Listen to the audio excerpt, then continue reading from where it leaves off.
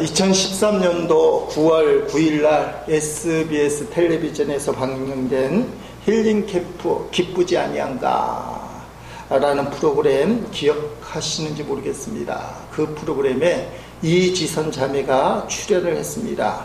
우리가 알다시피 이지선 자매가 유명한 사람인데 23살의 꽃다운 나이에 음주운전하던 차에 받쳐서 교통사고를 당했죠. 그래서 엄청난 중화상을 입었습니다. 사고 이후에 13년 동안 40차례에 걸친 대수술을 하는 과정을 거치고 그 프로그램에 출연을 한 겁니다. 유명한 간증인이기도 한데 고통 속에서도 하나님이 은혜를 주시고 나를 사랑해 주신다는 간증, 그래서 지선아 사랑해 라는 책도 출판하기도 했습니다. 그런데 이 프로그램에 나와서 뜻밖의 이야기를 한 게 화제가 되었습니다. 교통사고로 기절했다가 처음 깨어나니까 몰골이 말이 아니잖아요. 화상 3도 입어서 55%가 몸이 망가지고 지금 인터넷 사진을 보면 40번 수술한 얼굴도 그런 모습인데 처음에 얼마나 놀랬겠어요. 근데 희망이 있었답니다. 수술을 하고 치료를 하면 옛날에 예뻤던 그 얼굴로 돌아갈 수 있으리라. 그런데 피부 이식 수술을 하고 성형 수술을 하고 하는데 입이 다치지 않고 눈이 감기지 않고 턱이 이렇게 돼 있는 게 이게 계속 가는 것처럼, 이게 아무리 수술하고 치료를 해도 회복이 될 것 같지 않나, 그런 절망이 들어오는 거예요. 이제는 예전처럼 돌아갈 수가 없다. 이게 엄청난 절망이 생길 수밖에 없잖아요. 그러던 어느 날이었나 봅니다. TV 개그 프로그램을 보는 중에, 요새 개콘이나 프로그램 보면 방청객들을 이렇게 보여주잖아요. 근데 그 개콘인가를 개그 프로그램을 보는데 방청객에 있는 여대생이 대체적으로 웃는 모습을 이렇게 찍어주잖아요. 그 웃는 모습을 보는데 이지선 자매가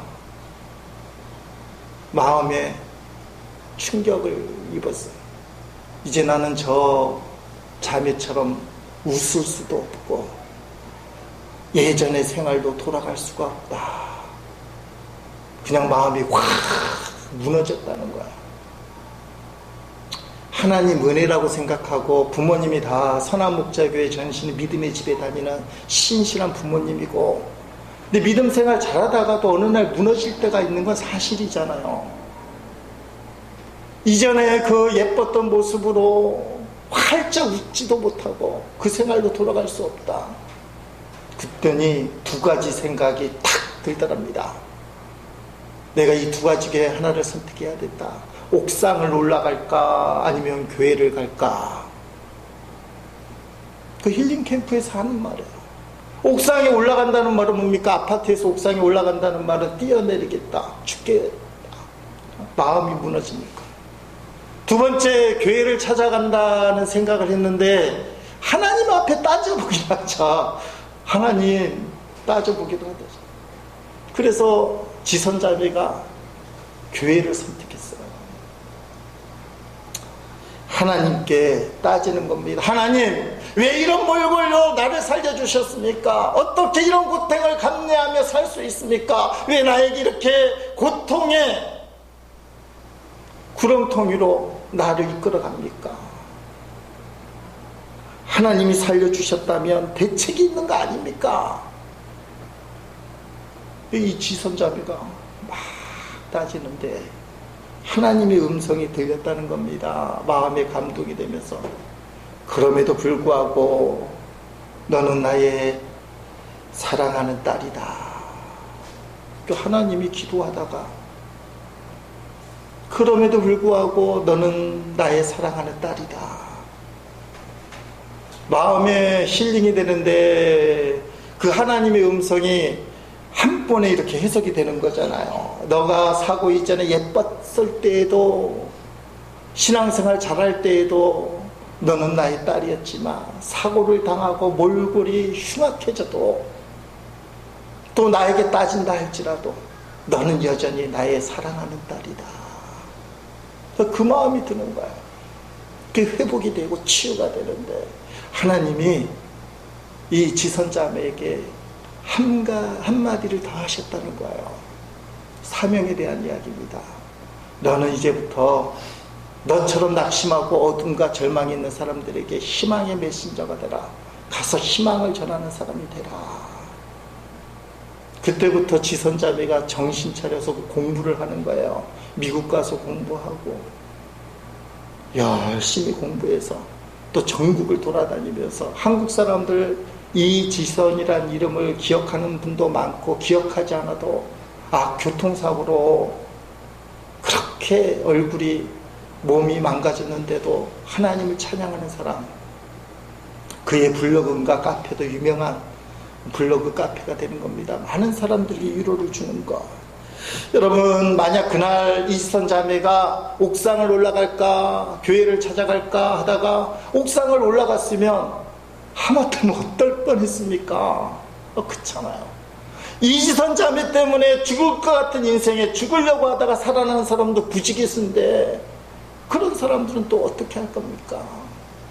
한 사람이 옥상을 선택하지 않고 교회를 선택한 것, 교회에 와서 하나님 음성도 듣고 살아갈 목적을 발견하는 것, 이게 중요하다는 것입니다.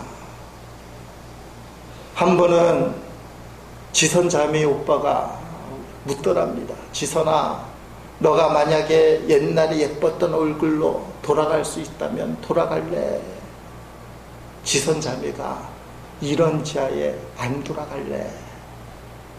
이렇게 설명을 하는데 이전에는 얼굴이 예뻤지만 속이 빈 강정과 같이 사는 이유를 몰랐대요. 나름대로 대학도 이화여대 다니고 막 얘기하니까 청년 23살 꽃다운 나이에 자꾸 얘기를 했지만 진짜 사는 이유를 몰랐대요.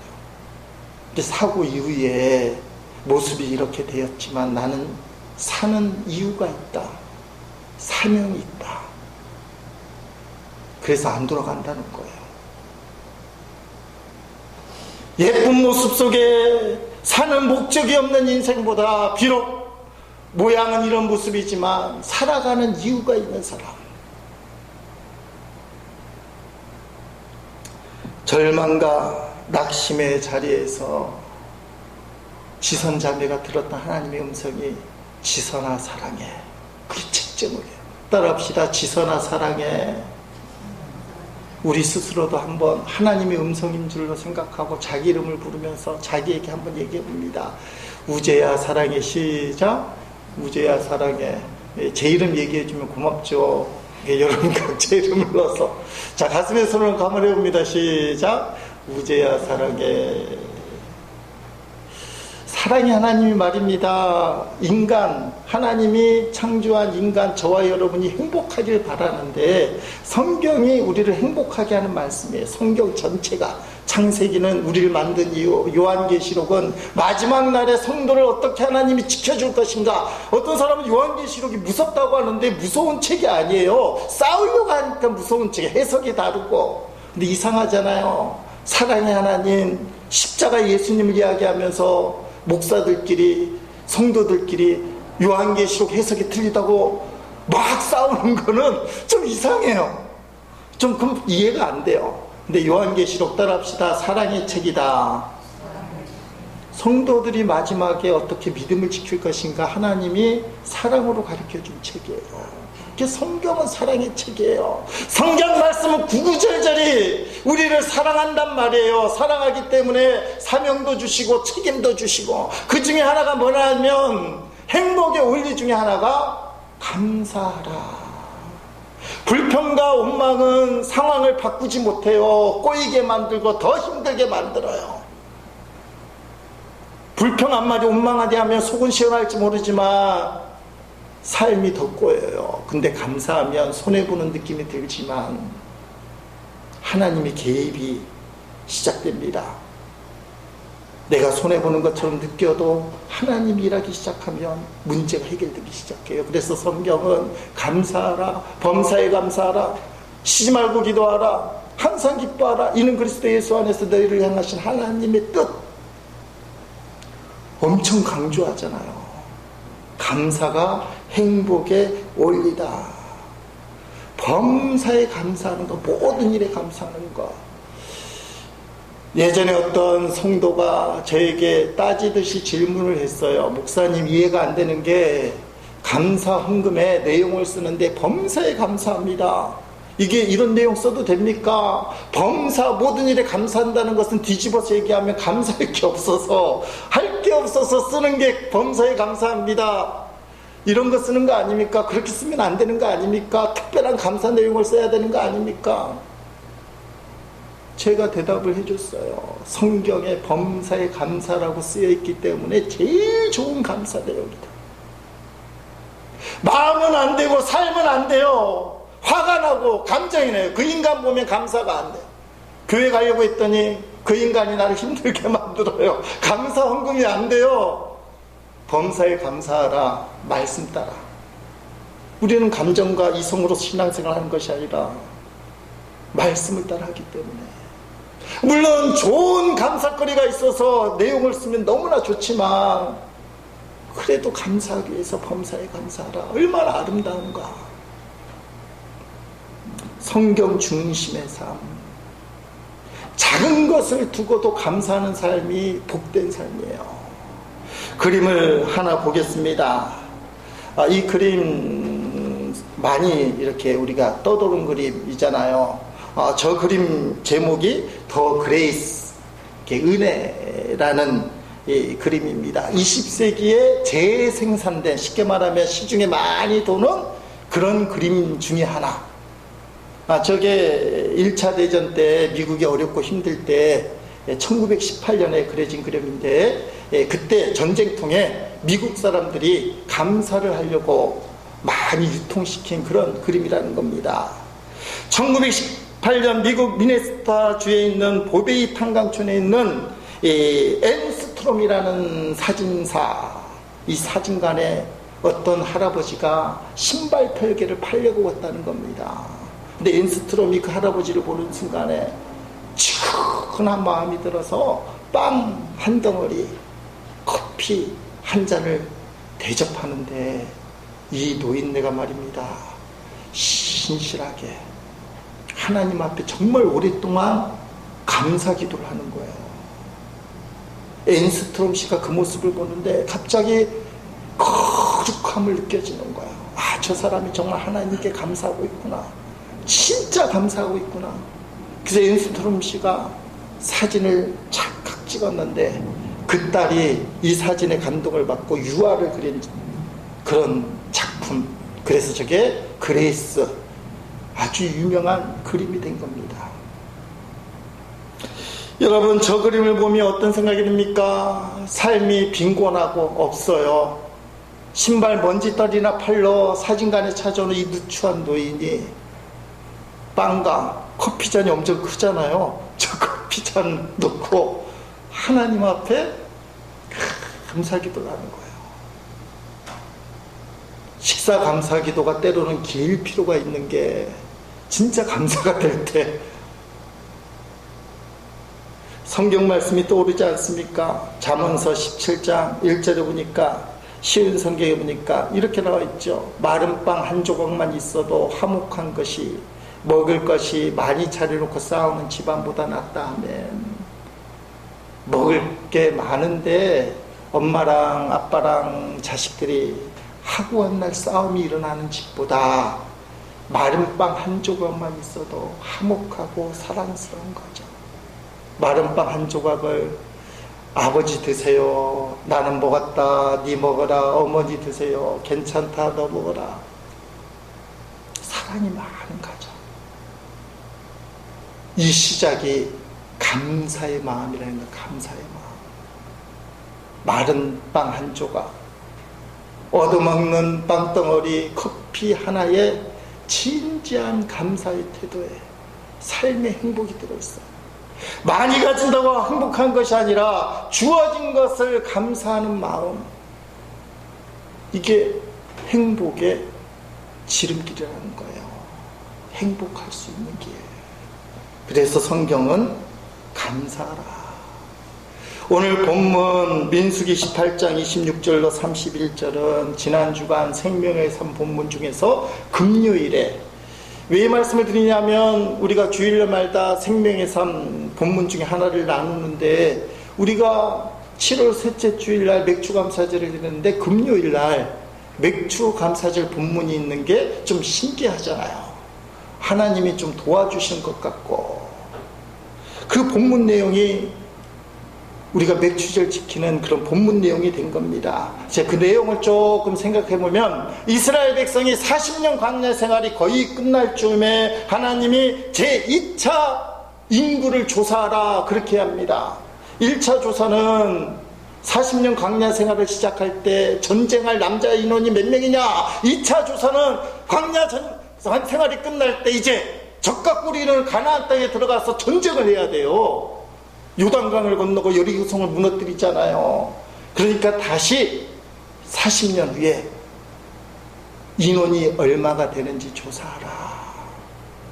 그게 27장까지 내용이고, 28장에 들어오니까 갑자기 하나님이 제사, 우리 식으로 얘기하면 예배에 대한 말씀을 해요. 이 말이 뭡니까? 군인 수를 조사하고 적과 꿀이는 가나안 땅에 들어가서 전쟁을 하게 되는데, 전쟁통에도 기억해야 될 게 뭐냐? 하나님을 예배하는 것이다. 그래서 두 번째 군대 수를 세자마자, 민수기니까 28장에 들어가니까 매일마다 드리는 하루 아침 저녁으로 드리는 상번제에 대해서, 안식일날 주일 예배에 대해서, 올삭 매월 초에 드리는 올삭에 대해서 하나님이 아주 상세하게 설명을 하고, 마지막으로 절기를 얘기하는데 딱 두 가지를 얘기해요. 그게 뭐냐면 유월절을 지키라, 칠칠절을 지키라. 유월절은 뭡니까? 이스라엘이 애굽에서 종살이 할 때 10가지 재앙을 내렸는데, 이 모진 애굽 사람들이 이스라엘 안 보내주니까 10번째 재앙이 장자가 죽는 재앙이잖아요. 그런데 그 집에 문설주에 어린 양의 피가 바른 집은 죽음이 피해간다, 뛰어넘는다 해서 유월절이에요. 이스라엘 백성들은 그래서 문설주에 어린 양의 피를 다 발랐습니다. 재미있는 사실은 애굽 사람이 문설주에 피를 발라도 그 집의 장자는 죽지 않았다는 거예요. 하나님이 이스라엘 사람이냐 애굽 사람이냐 따지지 않고 뭘 갖고 따졌다고요? 따라합시다. 유월절의 피, 어린 양 피. 그래서 예수님이 유월절 피예요. 피가 바른 집은 장자가 다 그대로였지만, 피를 안 바른 집은 다 죽었어요. 하나님을 무시하는 사람, 하나님을 믿더라도 피를 바른다고 살 사람 살고 죽을 사람이 살고 죽을 사람이 살아나? 말씀이 그런 역할을 해? 말도 안 돼. 그래서 일부러 피를 안 바른 이스라엘 사람도 죽는 거예요. 깜짝 놀란 애굽의 왕 바로가 그래서 이스라엘 사람들 놓아주잖아요. 무서워서. 이러다가 진짜 큰일 나겠다. 그게 유월절인데 하나님의 구원, 어린 양의 피를 통한 구원의 사건. 그래서 가나안 땅에 가면 첫 번째 절기는 유월절을 지키라. 근데 두 번째 절기가 오늘 민수기에서는 뭐라고 얘기하냐? 칠칠절을 지켜라. 칠칠절은 본문에 보니까 처음 익은 열매, 첫 열매, 처음 열매를 하나님 앞에 드려라. 근데 이 말씀 생각하면 좀 웃겨요. 왜 웃기냐면 김칫국부터 마시는 거잖아요. 지금 광야에 있고 아직 요단강도 건너지 않았고 젖과 꿀이는 땅에는 발도 안 디뎠어요. 아직 정탐꾼도, 두 번째 정탐꾼도 아직 안 보냈어요. 근데 하나님이 김칫국부터 꿀꺽 삼키듯이 너희가 가나안 땅을 정복할 텐데 그때 가서 농사를 지을 거 아니냐. 농사 짓고 첫 번째 열매는 하나님 앞에 드려라. 아니 손에 아무것도 안 잡혔어요. 근데 말씀은 분명하게 역사하니까. 그것도 예배에 대해서 얘기하는데 너무 자세하게. 수렴소는 몇 마리 몇 년 된 걸 바뀌어야 되고, 소제는 곡식을 드리는 겁니다. 전제는 이 기름을 붓는 거예요. 이걸 어떻게 들어? 본문 내용이 다 그래요.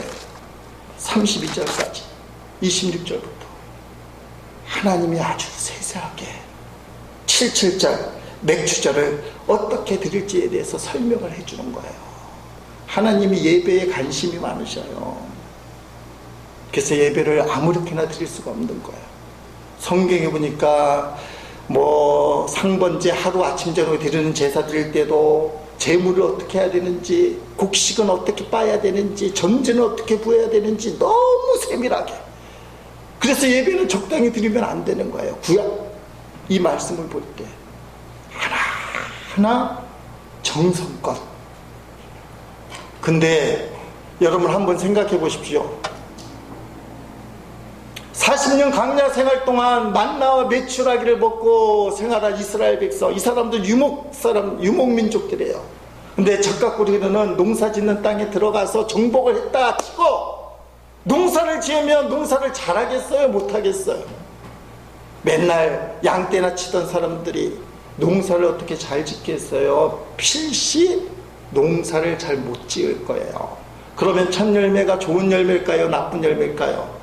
평상시 농부들이 짓는 거라면 뭐 따라서 잘 지을 수 있는데 처음 짓는 사람들이 농사를 짓는 게 뻔하잖아요. 어쨌든 첫 열매는 맺을 겁니다. 근데 그 첫 열매를 하나님 앞에 드리라고 하면 불안할까요? 마음이 편할까요? 불안해요. 이 첫 열매 하나님 앞에 드리면 앞으로 열매가 없으면 어떻게 되지? 이거 놔뒀다가 계속 먹어야 되는데. 근데 하나님이 그건 믿게 아니야. 처음 것은 하나님 것이니 하나님께 바쳐. 너희가 적각구리 흐른 가나안 땅에 들어오게 하신 분이 하나님이야. 땅에 심을 씨앗을 준 분이 하나님이야. 농사 지을 수 있는 건강을 주신 분이 하나님이야. 첫 열매를 맺게 하신 분은 하나님이야. 앞으로 어떻게 살 것인지 그것을 걱정하지 말고 앞으로 너희를 살려주실 하나님, 그리고 지금까지 지켜주신 그 하나님을 먼저 생각하고 첫 열매를 하나님 앞에 드려. 이게 맥주절 정신이에요. 하나님께 맡긴다. 따라합시다. 하나님께 맡긴다. 오늘 맥주절 헌금이 그 뜻이에요. 하나님 앞에 맡깁니다. 첫 열매 드리니. 근데 이 이스라엘이 말입니다. 처음에는 맥주절을 칼같이 질 것 아니에요. 근데 시간이 흘러갈수록 맥주절을 안 지켜요. 역사가 흘러서 이스라엘이 바벨론에 망하게 됩니다. 그리고 포로로 바벨론으로 끌려가게 돼요. 근데 느헤미라는 사람이 나오잖아요. 이 사람이 예루살렘으로 돌아와서 성전 벽을 재건하고 이스라엘을 다시 일으켜 세우는데 영적 부흥이 막 일어난 거예요. 그래서 이스라엘 사람들이 우리나라를 망하게 하신 하나님 왜 망하게 하셨습니까? 하나님 우리가 어떻게 해야 될까요? 그래서 하나님 앞에 이것 새롭게 하자. 근데 그 중에 놀라운 게 나와요. 느헤미야 10장 35절에 보니까 이렇게 얘기합니다. 해마다 우리 토지 소산의 만물과 각종 가물의 첫 열매를 여호와의 전에 드리기로 하였고 아멘. 맥주 감사절을 잊어버렸다는 겁니다. 그래서 이스라엘이 멸망했다는 거예요. 멸망의 원인을 어디서 찾았느냐? 첫 열매를 드리는 것을 잊어버렸다. 쉽게 말하면 첫 열매를 하나님 앞에 드리면 하나님을 의지하는 믿음이 맥주 감사절 신앙인데 어느 순간에서 하나님을 잊어버리고 이거 놔뒀다가 써야지, 이거 놔뒀다가 써야지, 아무리 하나님이지만 이건 봐줄 거야, 내가 급하니까 이건 놔뒀다가 써야지. 첫 열매 못 드려요. 불안해서, 염려돼서. 아니 어떻게 살라고, 태풍 오면 어떡하라고. 보리 농사 져서 열매를 맺었지만 쌀 농사 망치면 어떡하라고. 걱정되니까 첫 열매 안 드렸는데 그게 이스라엘이 멸망한 원인이다. 원인 중에 하나다.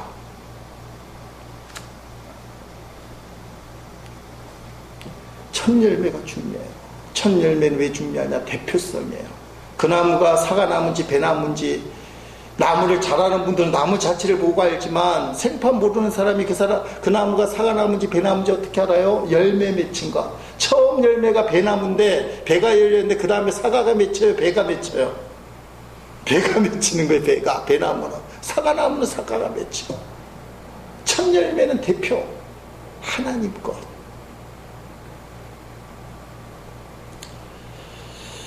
첫 열매를 바친다는 건 아까 말한 것처럼 쉽지 않아요.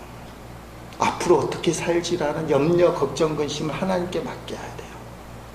느헤미야가 그걸 본 거예요. 하나님 앞에 맡기는 신앙이 이스라엘을 회복하는 신앙이다. 맥주감사절 정신에 그게 있다는 거예요. 하나님 앞에 모든 걸 맡기는 신앙. 계명 중에도 보니까 첫째 계명이 있습니다. 마태복음 22장 36절 38절 보니까 선생님 율법 중에서 어느 계명이 크니까 예수께서 이르시되 네 마음을 다하고 목숨을 다하고 뜻을 다하여 주 너희 하나님을 사랑하라 하셨으니 이것 하나님을 사랑하는 이것이 크고 첫째 되는 계명이야. 많은 계명이 있는데 크고 첫째 되는 계명이 뭐예요? 하나님을 사랑하라. 따라합시다. 하나님을 사랑하라. 네, 이게 첫 번째 계명. 이게 돼야 나머지가 되는 거예요. 고린도전서 13장 말씀, 주님의 일을 하는 것 같은데도 주님이 기뻐하지 않는 일, 그걸 꼬집어서 고린도서 13장 1절 3절을 보니까 내가 사람의 방언과 천사의 말을 할지라도 대단하잖아요. 방언도 하고 천사의 말을 하는 정말 천사 같은 사람. 근데 그 사람이 하나님을 향한 사랑이 없으면 소리나는 구리와 울리는 꽹가리가 된다. 소용없다는 거예요. 내가 예언하는 능력이 있어 모든 비밀과 모든 지식을 알고 또 산을 옮길 만한 모든 믿음이 있을지라도 이게 대단하잖아요. 믿음의 은사. 근데 이런 믿음의 은사를 가진 사람이라도 하나님을 향한 사랑이 없으면 내가 아무것도 아니요. 그 다음에 더 충격적이에요. 내가 내게 있는 모든 것으로 구제하고 또 내 몸을 불사르게 내줄지라도 내 몸을 불태워서 다른 사람을 살리는 거예요. 부모가 자식을 살리는 것처럼 내 생명을 주고 살린다 할지라도 하나님을 향한 사랑이 없으면 내게 아무 유익이 없느니라 하면 첫 번째 계명. 성경에 또 보니까 처음 사랑이라는 단어도 있습니다. 요한계시록 2장 4절 5절에 보니까 그 요한계시록 7교회 중에 에베소 교회 하는 말, 그러나 너를 책망할 것이 있나니 너의 처음 사랑을 버렸느니라. 그러므로 어디서 떨어지기를 생각하고 회개하여 처음 행위를 가지라. 만일 그리하지 아니하고 회개하지 아니하면 내가 내게 가서 내 촛대를 그 자리에서 옮기리라 하면 처음 사람 처음 행위. 이스라엘이 멸망하고 예루살렘 벽을 재건하면서 이스라엘을 회복할 때 느헤미야가 가졌던 게 이거예요. 처음 사랑을 회복해야 됩니다. 처음 행위를 회복하자 한 게 맥주절을 다시 회복하자. 하나님의 에베소 교회에 처음 사랑을 회복하라. 처음 행위를 회복하라. 우리가 맥주 감사절에 내가 가졌던 첫사랑, 하나님을 향한 첫사랑, 하나님이 처음 것을 아주 중요하게 여기신다는 거예요. 그래서 오늘 우리가 드리는 맥주 감사절을 하나님이 중요하게 여기고 눈을 크게 뜨시고 이렇게 보시는 거예요. 여러분이 드리는 맥주 감사하는 그 마음, 헌금, 삶을 하나님이 보시는 거예요. 주보에도 나왔잖아요. 감사신앙으로 행복을 누리자. 거친 땅일지라도 믿음으로 뿌리를 내리고 감사의 꽃을 피우면 어떤 나비가 찾아와요? 행복의 나비가 찾아올 것이다. 감사함으로 웃고 믿음으로 주님께 맡기는 제1의 식구들. 인생살이가 쉽지 않고 척박한 게 맞습니다. 원치 않는 고난들. 우리가 믿음의 뿌리를 내리고 꽃을 피워야 되는데 감사의 꽃, 얼굴에 미소를 띠므로, 행복한 미소를 띠므로. 한번 행복한 미소 띄우기 시작. 음흉한 미소 띄면 안 되고 행복한 미소. 그러면 행복의 나비가 찾아옵니다. 우리가 거기 있는 찬양기 178번 보면 이 거룩하신 하나님이라는 이 찬양이 나와요. 178번에 보면 거기 보니까 작사자가 헨리 스미스라고 되어 있어요. 헨리, 어떤 사람 홀이라고 되어 있는데 우리 찬양집에는 헨리 스미스. 이 사람이 감사할 거리가 있어서 좋은 것이 있어서 이 가사를 쓴 게 아니에요. 헨리 스미스는 태형성 안구 질환이라는 병을 갖게 되었어요. 20대 초반에 눈이 점점 퇴행해서 안 보이는 시각장애, 장애인이 되었다는 겁니다. 그러니까 장애인이 되니까 직장에서 쫓겨나고 삶이 점점 꼬이니까 말할 수 없는 절망이 막 밀려드는 거예요. 교회에 다니는 이 스미스가 어느 주일날 목사님한테 설교를 듣는데 설교 중에 나와 있는 성경 구절 하나, 그게 그의 가슴을 확 바꿔놨어요. 자, 고린도후서 8장 9절 말씀 한번 앞에 나와 있는 함께 같이 읽겠습니다. 우리 주 예수 그리스도의 은혜를 너희가 알거니와 부유하신 이로써 너를 위하여 가난하게 되심은 그의 가난함으로 말미암아 너희를 부유하게 하려 하심이라. 아멘. 예수님이 십자가에서 가난하게 되신 이유, 하나님이라는 그 부유하신 분이 가난하게 되신 이유가 너를 부유하게 함이라. 이게 탁 꽂히는데 스미스가 어떤 생각을 갖냐 하면, 하나님이 나를 위해 십자가에서 풍요를 주시기 위해서 죽으셨다면 지금 내게 있는 게 풍요인데 나는 눈이 안 보인다고, 그래서 하나님 앞에 없다고 불평만 하고 있었구나. 그래서 눈물이 계속 솟구치면서 감사가 이제 시작되는 거야. 여전히 내게 있는 것, 가족들, 사람들, 내게 여전히 있는 신체의 여러 가지 것들, 하나님 앞에 막 감사가 되면서 시각장애인 스미스가 이 가사를 쓰고 이게 곡이 된 겁니다. 우리 가사 한번 같이 읽어보겠습니다. 다 같이 읽어봅니다. 넘겨보세요. 거룩하신 하나님, 주께 감사드리세. 날 위해 이 땅에 오신 독생자 예수, 나의 마음과 뜻 다해 주를 사랑합니다. 날 위해 이 땅에 오신 독생자 예수, 내가 약할 때 강함 주고 가난할 때 우리를 부욕해 하신 나의 주 감사. 오늘 맥주감사절에 하나님 앞에 감사가 회복되고 이 감사의 꽃을 피워서 행복의 나비가 찾아오는 기쁨, 삶의 행복을 누리는 우리 모두가 되기를 주의 이름으로 축원드립니다.